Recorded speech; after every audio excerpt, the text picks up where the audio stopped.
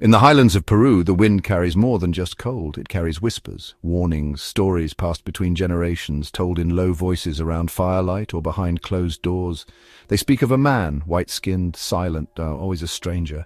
He doesn't speak, he watches, and when the time is right, he strikes. Not for your money, not for your soul, but for your fat.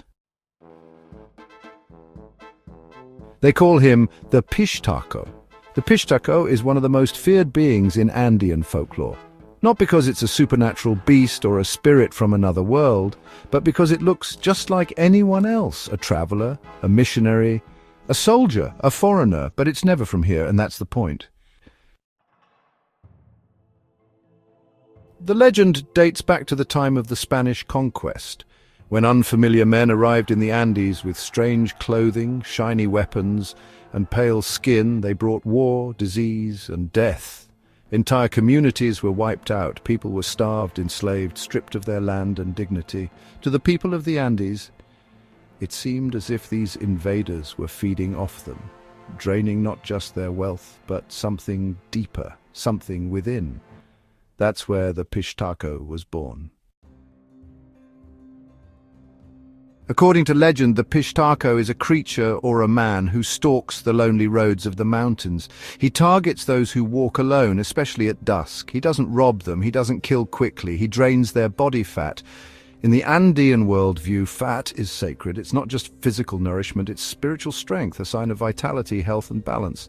To steal it isn't just a crime, it's a violation of the soul. Some say the Pishtaco uses a long, thin blade to pierce the skin and siphon the fat. Others believe he uses dark technology, machines hidden in his pack, tubes and syringes that hum with unnatural sound. A few stories even say he keeps the fat to sell it, using it to lubricate factory machines, power strange devices, or mix it into cosmetics for the rich. And some versions are even darker. In these tales, Pishtacos don't work alone. They're part of a system, a network, hired by governments, corporations, or even the military to harvest fat from the indigenous population, quietly, efficiently, invisibly, because, well, no one notices a few disappearances. Not in the highlands. As strange as it sounds, this legend isn't just folklore. The fear of the Pishtaco has had real-world consequences. In the 1990s, villagers in rural Peru refused to let foreign aid workers into their communities, terrified that they were Pishtacos in disguise. In 2009, Peruvian police even claimed to uncover a gang that was allegedly murdering people and selling their fat to European cosmetic companies. The story made global headlines until it fell apart under scrutiny. No proof, no buyers, no real evidence.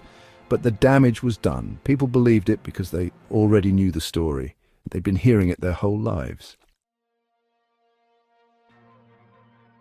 The Pishtaco legend touches a deep cultural nerve. It reflects centuries of exploitation, of native people being treated as resources instead of humans. In a way, the Pishtaco is a metaphor made flesh, a predator that reduces its victims to parts, products, commodities. And the scariest part? It doesn't need to look like a monster. It walks like you, it talks like you, it smiles. It might even offer you a ride. But if you accept, if you step into its truck or sit by its fire or fall asleep within reach, you might never wake up the same, if you wake up at all.